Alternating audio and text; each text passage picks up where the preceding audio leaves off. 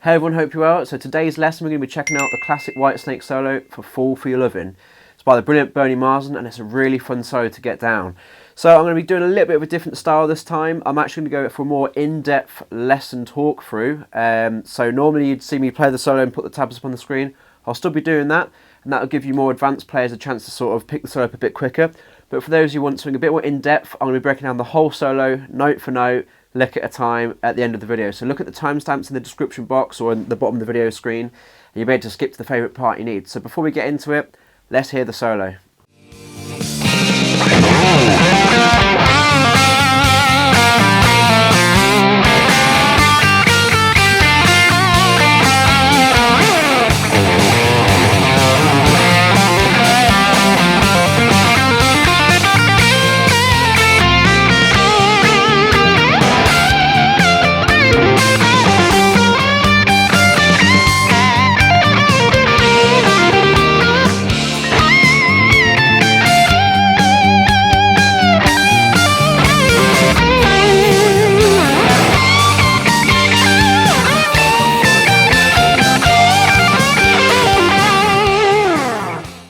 So as you can tell, it's an absolutely cracking solo from Bernie Marsden there. So the next part of the video, you're going to see the same thing again at half speed with the tabs scrolling across the screen. And like I said earlier, this will give you more advanced players just a chance to sort of figure out what's going on. And again, timestamps will be below for the first lick of the solo breakdown.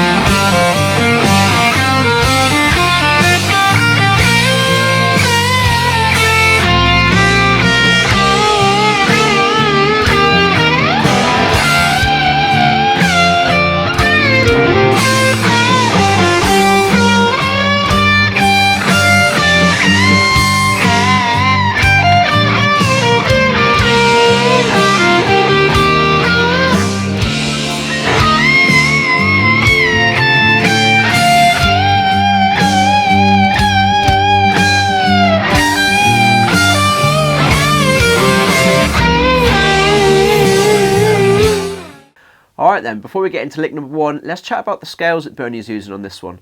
So if you don't need to know this, again, use the timestamps below, but this may interest some of you, so here goes. I won't take too long. So, G minor pentatonic. That's going to be at the 3rd fret. I'll annotate a tab up on the screen. I'm sure most of you know this already, but for those of you who don't, we've got 3/6 on the E string, 3/5 on the A, same again on the D, same again on the G. This is why it's everyone's favourite scale, nice and repetitive. 3/6 on the B and 3/6 on the E string. Tab on the screen, full thing. Now, the majority of the solo is played in that position there. It does go up to box 2 as well, I'll flash it up on the screen in a second. But he also jumps this scale up an octave to 15. So G again up an octave, so you're talking 15, 18, 15, 17, etc. Again, I'll flash the tab up if you need it. So that's the main scale he's using. Like I said, at one point it goes to box 2, and that would be starting here. 5th fret on the D string, that's, you know, G again. 5 to 8, 5 to 7 on the G, 6, 8 on the B and the E. So once more.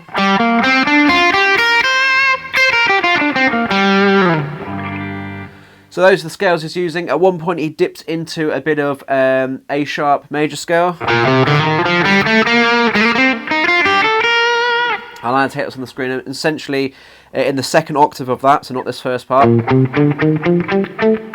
But starting here, 3rd fret on your G, 3/5 on the G, 3/4, 6 on the B there, and 3/5, 6 on the E.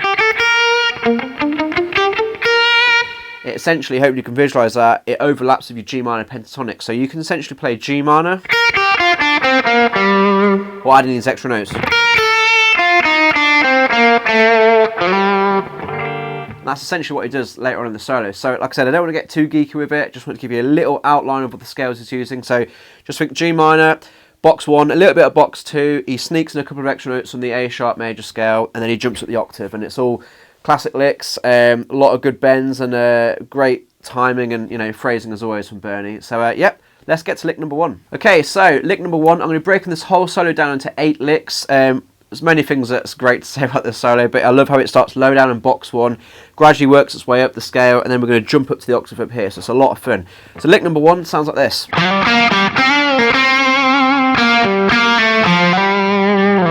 Okay, so like I said, we're in box 1, we're going to start off, third finger starting into the G root note, perfect note to start on. I'm using my third finger on purpose, so my first finger is available for the next part. So I'll flash a tab up on the screen in a second, but 5th fret on the D string, 3rd fret on the G, and we're going to then bounce back down to that root note.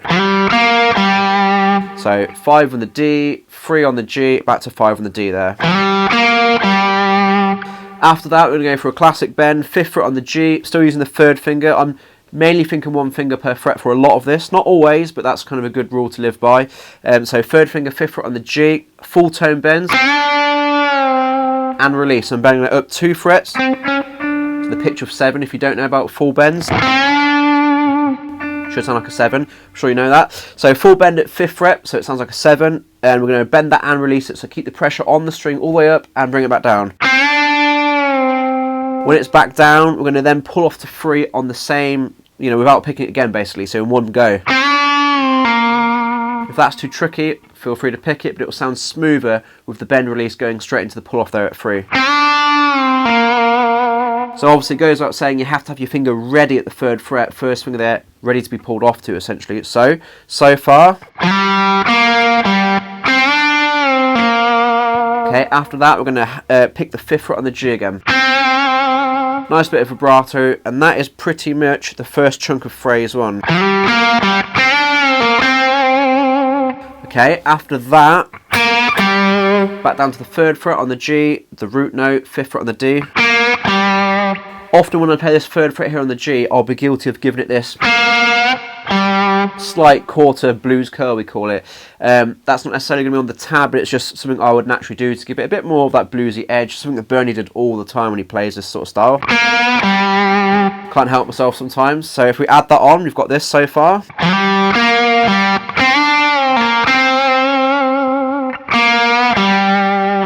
And after that, we're going to break into a note that's not in the minor pentatonic here, and this is in the A sharp major scale that I was chatting about, how the notes kind of overlap. But again, it's just a little side step. You've probably seen this before. And every time he steps out of the scale, he always comes back into a root note or to sort of common territory, so it doesn't sound a bit, you know, too weird, I guess. So, yep, 3rd fret on the G, hit that, slide back a fret to 2. And then I'm going to hit 3rd fret on the D. Sliding back to that G root note, just keeping this in that nice G sort of position there. So that was again 3rd fret, slide back to 2 on the G, first finger, 3rd fret on the D string, slide to the root note. Let's do the whole lick number 1 with the tab on the screen for you.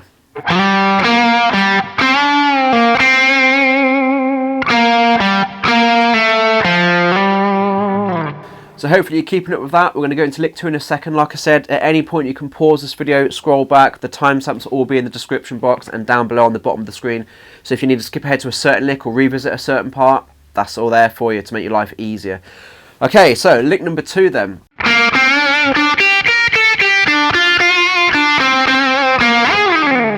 So we're venturing a little bit higher in the G minor pentatonic now, still same sort of territory, but we're going to go to the thinner strings now. So we start like this, 3rd fret on the G, again, first finger, trying to keep it 1 finger per fret.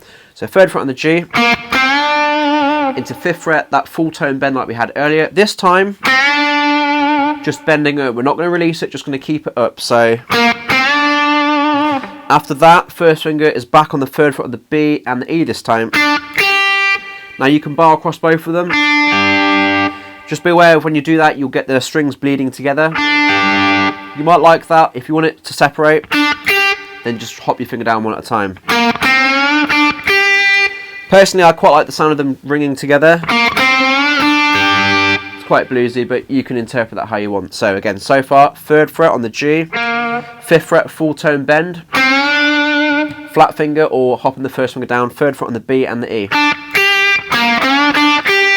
After that, we're going to walk back a couple of notes on the E string. So we've got 6, 5 and 3 on the E string there. So I'm using pinky, third finger first, keeping it 1 finger per fret vibes. All that together. Okay, after that, to finish off the end of lick 2, we're coming down to the B string this time, 3rd fret again, keeping it 1 finger per fret with the first finger. Jumping up to the 6th fret with the pinky, going to hit that note twice. Then a similar phrase down the string. 3rd fret again on the B, but finishing on the 5th fret on the G this time. The 2 together. Okay, and that's a nice little sequence there. We've got the 1 note at 3 on the B, and then finishing at 6, then the second time 3 again, finishing at 5 on the G. Forever sticking to notes in the minor pentatonic there in G minor. So nice and straightforward, 1 finger per fret. Hopefully this isn't feeling too tricky so far. That last part again. Again, why not give it a bit of healthy vibrato at the end there? Just adds a bit of character, doesn't it? After that, classic little slide up here. So I'm going to use my first finger at the 3rd fret again on the G, going to hit that. You'll slide up and down the neck, not necessarily to a specific place. You don't want to have that would sound too awkward. It's just smoothly up and smoothly back down in one flow. So I pick the 3 once, drag my finger up. I'm roughly probably somewhere around 12, but I'm not trying to target a specific fret and stay there. That's going to sound a bit weird. So up and down, all that lick all together with a tab on the screen should sound like this.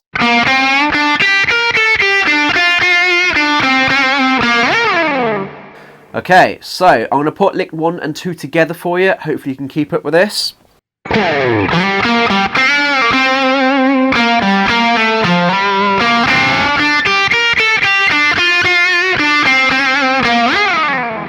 Classic. Now, there's one thing to mention. When I was playing that, I kind of intentionally, but also accidentally, whatever, added in a unison bend there. So on the lick number 2, on this phrase here, I often will dig into my strings pretty hard, and I'm just, you know, part of the lick is you've got your finger across the 3rd frets there. Well, if you prepared that in advance after your bend, you could potentially hit that B string in there as well. So I might add that onto the tab as well, just so you can see that, but it's not on the original. But again, when you kind of dig into strings and give it a bit of energy, you're going to want to maybe add stuff like that in. Just gives it a bit more bite.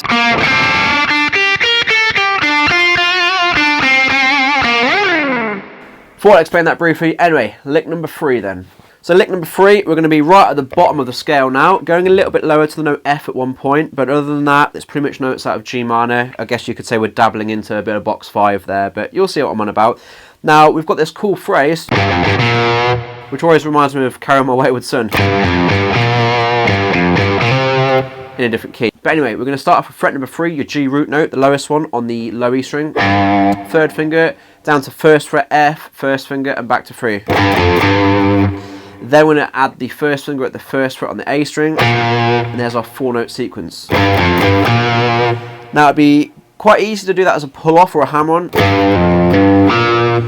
I'm going to suggest not doing that. We want to give this part a bit of attack, like that. So we'll save the pull-offs for later on in the solo, okay? So that's your first phrase. We're going to then go again, changing the last note from B flat to C. So again, that was 3, 1, 3 on the low E string, C, 3rd fret on the A string this time. I'm giving that 4th note each time a bit of vibrato, a little bit of a blues curl, just to emphasize it. After that, we're going to jump up a tone. Same or very similar vibe to what we've just done. So we've got D, C, D. So 5, 3, 5 on the A string this time, to 3 on the D string. So that's essentially a 3-part sequence of the same lick, I guess. You can see the similarity between the two there, the 3 there. So it's quite quick. Like I said, don't be tempted to hammer it or pull off. It does sound better with the pick. It gets a bit more bites. Like that. Again, I'll do it with the tabs on the screen one more time. So that's mainly 1 finger per fret again. I'm using my 3rd and my 1st finger for all of that. After that, we're going to go a little bit higher up. So to finish this phrase off, we're going to slightly vary it. So on the D string now, up to the G root note once more. We're going to hit that and do a pull off to 3. So my first finger's at 3 on the D there, ready? Then after that, back to the G root note. So we've got, then up to 3 on the G. I'll give that a slight blues curl like we were talking about earlier. And then after that, 2 root notes at G on the D again. So that's 5th fret on the D after that. Before hitting the note F, 3rd fret on the D again. So that last part, pull off, root note, slight blues curl at 3 on the G, 5th fret on the D, the G root note, down to F. Once more with the tab on the screen. Let's put all that together. So there's 4 chunks to it. Part 1, part 2, up 2 frets, and that last one we've just looked at. All together with a tab on the screen. Let's go.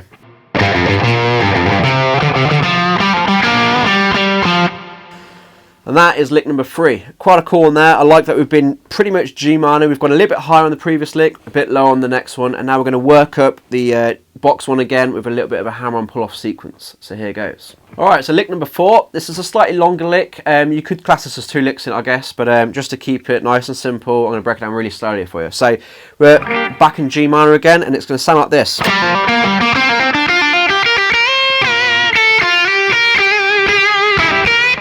So towards the end of the lick there, we're creeping into box 2 like I was explaining earlier. Again, we'll just go really slowly. So we're going to start on the G root note again. And we're going to do, this time, a hammer-on, well, a pull-off to a hammer-on. So earlier in the previous lick number 3, I was saying it sounds better to pick each note for the attack. At this point, we're a little bit faster and we're going to utilise hammer-ons and pull-offs to make it flow a bit better. So that's 5, 3, 5 on the D string there. Obviously picking the 5, the root note, pulling off to the 3 and hammering back to the 5 in one sweep. Like that. After that, we're going to jump up to the 3rd fret on the G, down to the G root note again, 5 on the D, and back to the 3 again. So it's a little bounce between the 2 strings there. All together. And you'll hopefully see what I'm on about, that little pull-off hammer-on sequence. There stops it sounding too staccato or too clunky, so it adds a bit of smoothness. After that, we're basically going to do this kind of similar idea across the next set of strings. So it's slightly different, but check this out. So we've got 4-note sequence. So 5 on the G this time, pull off to 3. Then we're going to pick the 5 where you started, and then jump up to the 3 on the B string, the note D there. So that's going to be the first of a couple of 4-note sequences. After that, we're going to do a similar pattern, obviously sticking it to notes in the scale on the B and the E string now. So that'll be 6 pull off to 3 on the B string. Again, we're in G minor pentatonic. I'm keeping it 1 finger per fret, so pinky pull off to the 3rd fret at the 1st finger. 6 again with the pinky, and 3 the G root note on the high E string. So hopefully you can see the previous phrase. It's an imitation of the previous phrase, isn't it? Just sticking to the notes in the scale. Classic. So far we've got this. And the final one to finish it off. Nice bluesy bend at the top. So on the E string now, we're kind of running out of space in the scale. So right at the end, we've got 6th fret, pull off to 3rd fret on the E string. Then we're going to go in for the full tone bend at 6. And back to 6 without a bend. So now earlier I was saying about 1 finger per fret, and like I said, it's a good rule to sort of, as a guideline to go by, but at this point I pretty much always would use my 3rd finger for the bend there. You could do it with the pinky, because from the pull off before, right? Just feels more comfortable to bend with my 3rd finger and support it with my other fingers to reinforce it. So that last lick anyway, pull off 6 to 3 on the E, 6th fret, again full tone bend. Bending it right at the top, cutting it at the top, bringing it back down silently, and catching that 6 there with some vibrato. If I add that on with the tab on the screen, we've got this so far.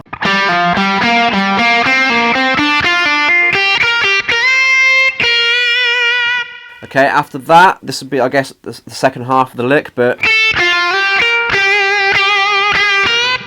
And this is basically going to take us into box 2. So this sort of extension of box 1 is how a lot of people see this. So after your previous bend and then your 6, I'm going to use my 1st finger at 5 there on the E.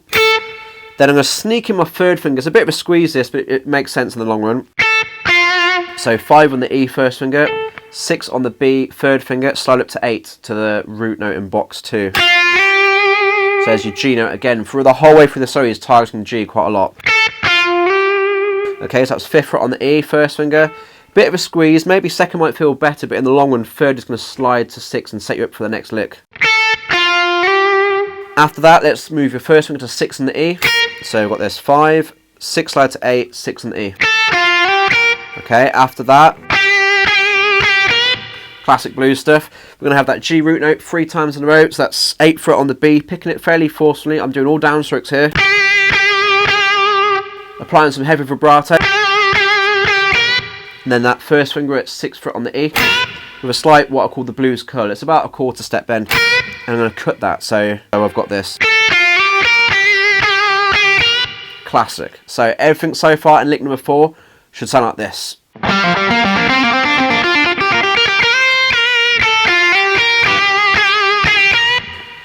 Sounds pretty cool, doesn't it, when you get it up to speed? So again, that's the beauty of the hammer-ons and the pull-offs in that sequence there. If you were picking every single note, it would be a bit of a nightmare, but those pull-offs and hammer-ons just make it flow a bit nicer and help you out with what is quite a fast, you know, blues rock sort of sequence there. So hopefully you're keeping up to speed with that. Like I said, all the timestamps are below if you need to go back to the start of this section.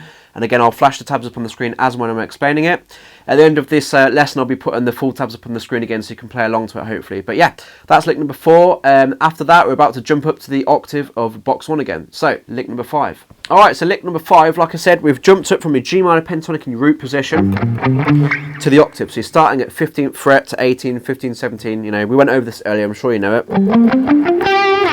So right in with a screechy unison bend. Love these. So you got your first finger on the E, that's 15th fret, the G root note there. So first finger at 15 on the E. Then we'll be playing 18 on the B string, third finger. I'm going to bend that a full tone, and I'm going to strike both the strings, making sure you definitely catch them both. Give that nice screech. So as we bend this note here up a full tone, we're matching the note G here. So this is actually an F. Bend up a tone. You get G, hence unison bends, we're playing 2 Gs together. The reason it sounds so classic and sort of screechy is because one's consistent and one's kind of in tune, slightly out of tune. It has a bit of a variation to it, doesn't it? But the trick is to catch both together. And why not throw a rake in there? That's it. So that's a unison bend of G there. And we're going to come down the scale basically. So after that unison bend, we're going to pick the 18 once more at the top. Bend release down to 15 on the B. All the kind of notes you'd expect in the scale here. So again, I'll keep the tab up on the screen so you can follow it if need be. But that was 18 bend release on the B, down to 15 on the B. Down to the G, next string down, we're going to do the same sort of thing. 17 full bend release to 15. So again, what we're doing with those releases there, we're bending them up to the pitch of 2 frets higher at full tone, picking it at the top, then releasing it. If you've not done that before, it's a little bit tricky. You can use the pitch there as a reference. But the tricky part is you can't bend it up to hear it. You have to sort of instinctively know how far to go. Okay, so that does take a bit of practice. So you've got 2 bend releases there in one part. Very bluesy. Okay, after that, let's hit the G root note. 17 on the D string. So from the start, unison. Down to that root note. After that, 17, 15 on the G. Again, it's quite quick, there's a bit of a flourish to it. What I would suggest on that second bend release, you then sort of swish the finger in across to the root note there. You could even do that as a pull-off. So that's the bend release, maybe as a pull-off to 15, which opens up your third finger ready to hit the root note there. That makes it flow a bit better. So I'll add that onto the tab when I'm writing that out for you. So bend release as a pull off, down to the root note, 17, 15 on the G.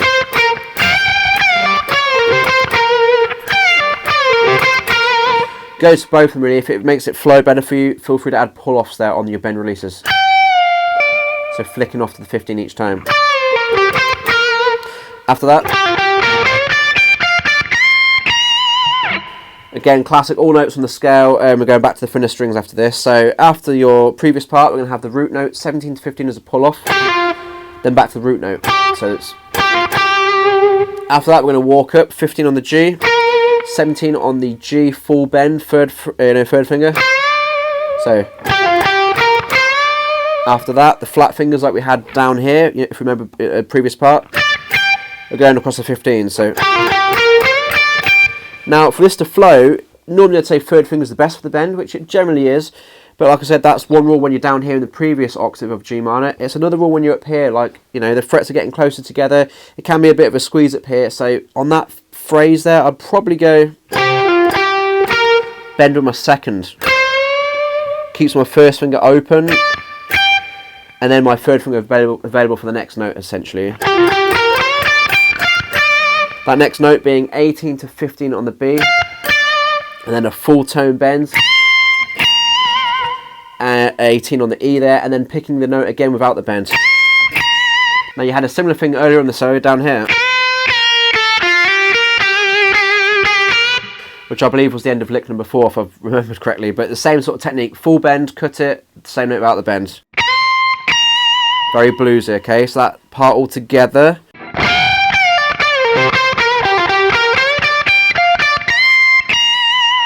I'll do it a bit slow with the tabs on the screen for you. So from the unison bend all the way through to that last bend 18 and just the fret 18 with the vibrato. So here we go. Tabs on screen.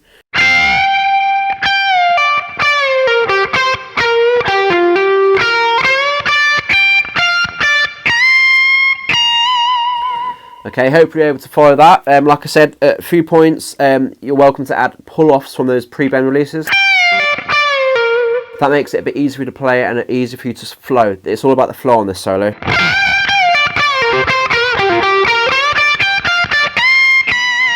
That's all interpretation, really. Sometimes I prefer to pick things, sometimes I'll add a couple of hammer-ons and pull-offs.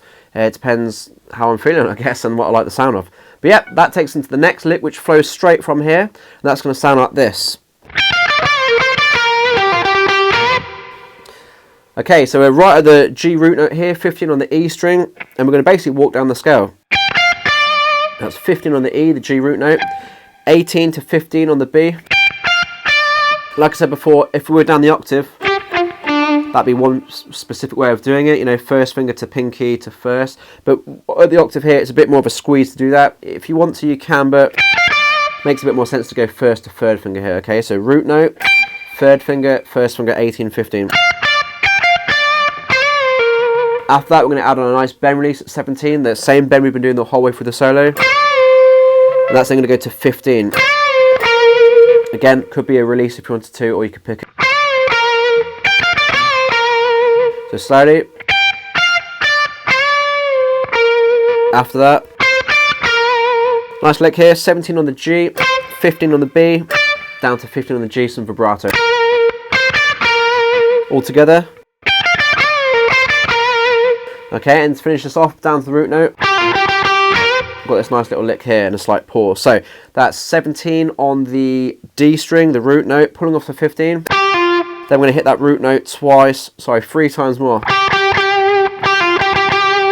And then 15 on the G, slight quarter bend. Now, you may recognise that from, I think it was lick 3 or lick 4 earlier on, the similar thing. We're higher up on the guitar, but it's the same sort of vibe. And that's what I love about Bernie's solos. He always starts low and kind of builds up and, you know, comes up the higher the neck here. But he often will imitate previous parts of the solo or include sort of sequences that you've heard before in the solo. So it's a really great way to write a solo, really. It adds excitement and it's very memorable when he does that. So again, that lick from the top of that 15th fret on the E, the G root note. Do it a bit slower with the tabs on the screen for you.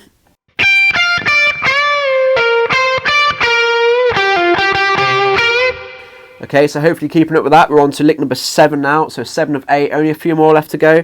And again, we're sticking up the high octave here, the high G minor pentatonic, okay? Lick number 7.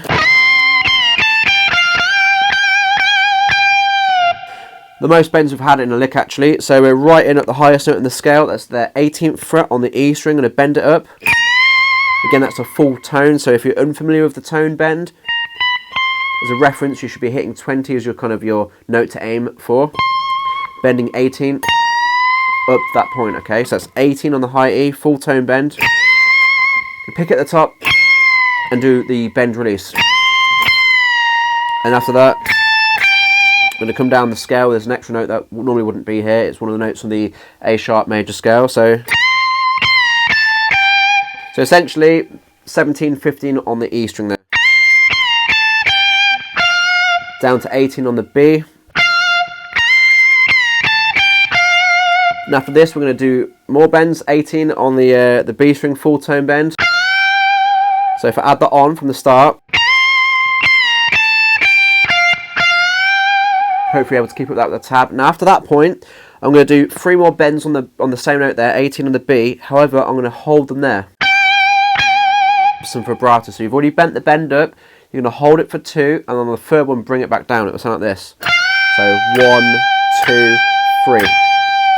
So again, to do that slowly, 2 bends where it's already there, you hold it. The third bend, bring it back down. We're applying some vibrato there for a bit of seasoning, I guess. Like that. All together, this is lick number 7. So what I wouldn't want you to be doing would be bending it 4 times. You know, you're going to bend it the first time, hold it for 2 more, then release it on the 4th one. I'll try and make that as clear as I can on the tab, but again, go back, rewind if you need to get a hang of that. So lick number 7 with the tab on the screen.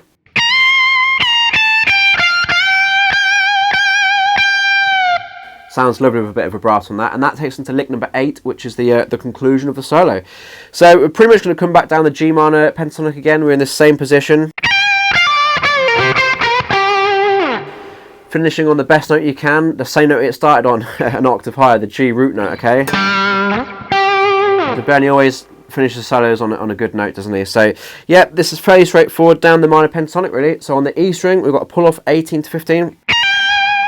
Same again on the B. Then on the G, a full bend release with a pull off to 15. So we've seen that quite a lot in the solo. So 2 pull offs. Then we jump down to our G root note. Not quite the finish, but we're almost there. So after that, we're going to hit 17, 15 on the G, and then 17 on the D, the root note. So 3 notes at the end. All together. And that concludes the lick. So I'm going to do that one more time with the tab on screen, and then what I'll do, I'll play through it a bit slower with the tab on screen again, so hopefully you can play along to it. So, last lick number 8. Alright, let's hear it from the start.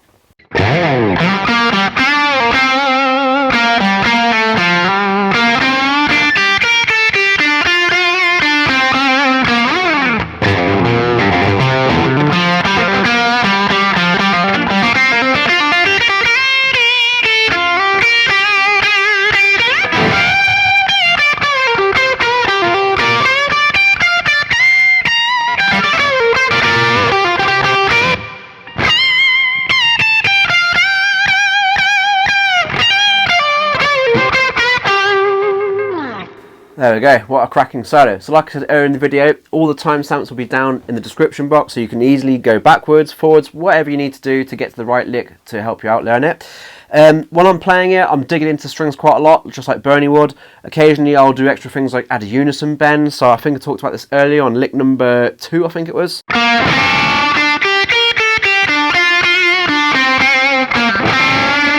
So rather than just being a 5th fret bend, which sounds great, I'm going to thicken it out with a 3rd fret behind it on the B string there, giving it a unison. Other than that, I'm going to be adding a couple of rakes as always. And again, might be catching, you know, with my first finger, instead of just the 15 on the G, I'll be catching the B string in there as well, you know. It's just basically digging into the strings and giving it a bit of character, I guess. But yeah, it's a cracking solo. Like I said before, love how it starts down in G minor pentatonic down here, works its way up to a little bit of box 2, a little bit lower as well. And then we jump up the octave, which he does in a lot of the solos, and it adds a nice intensity to it. A lot of the licks you play up here have their kind of similarities to what you did down here. So I hope you don't find it too tricky to learn, but it's a really fun one to play along to. So hopefully you've not found that too tricky. It's a cracking solo. I really enjoyed learning this one again, and hopefully enjoyed this breakdown on it. So I don't normally do the more in-depth stuff like this, but if you guys like it, let me know in the description box, because it's a lot of fun doing, to be honest. And if you like it and it works out for you, I'll make it happen more often. So if you prefer this style of video to the normal guitar performance, guitar tabs at half speed, let me know. If you prefer just the normal breakdown like I've been doing without the explanation, it's a lot less work for me to do, but I do quite like doing this extra explanation. So if you find it useful, let me know. I'll be intrigued to see your thoughts.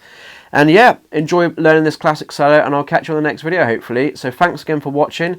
If you made it to the end of the video, thank you very much. If you haven't subscribed yet, please help me out and grow my channel. Every subscription really helps, and it means a lot to see your comments and all the positivity. So thanks again for sticking around and enjoying the lesson. I'll hopefully catch you on the next lesson next weekend. Thanks again.